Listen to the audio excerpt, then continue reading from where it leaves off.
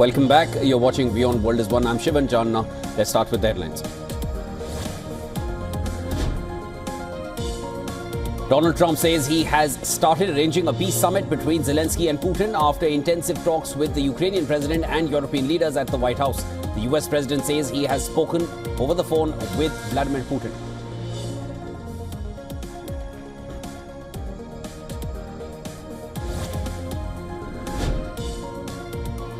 Vladimir Putin says he is open to the idea of direct talks with Ukraine as he speaks over the phone with Donald Trump. Russia state news agency quoting Kremlin aide Ushakov says Putin and Trump expressed support for continuation of direct talks.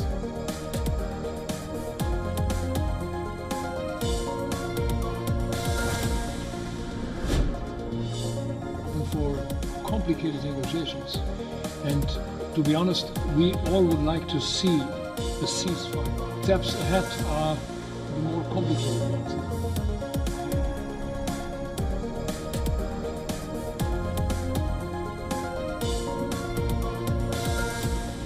German Chancellor Friedrich Merz says Putin agrees in a telephone call with Trump to meet Ukraine's Volodymyr Zelensky within 2 weeks, and the location of the meeting has not been determined yet.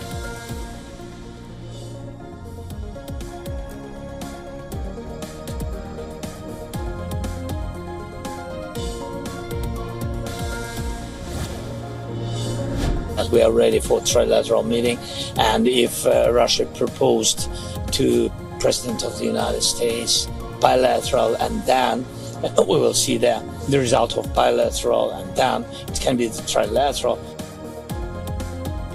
Ukrainian President Volodymyr Zelensky says he would be willing to meet directly with Russian leader Vladimir Putin to end the invasion of his country. No date has been confirmed for the talks.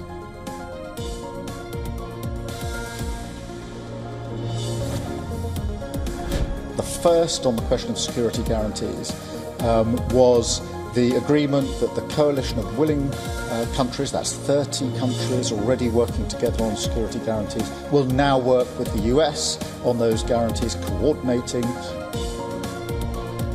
UK Prime Minister Keir Starmer says US has committed to working with Ukraine's allies on security guarantees for Kyiv under any agreement which would end its war with Russia. Describes Washington talks as good and constructive.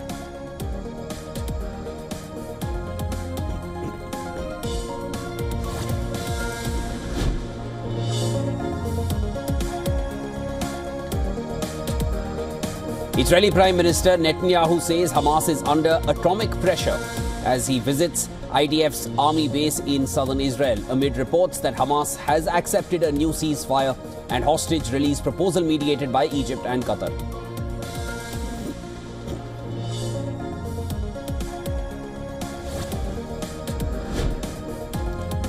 Protesters demanding early elections in Serbia attack offices of President Alexander Vucic's ruling SNS party before being pushed back by riot police. Thousands of protesters take to the streets of Belgrade and other cities.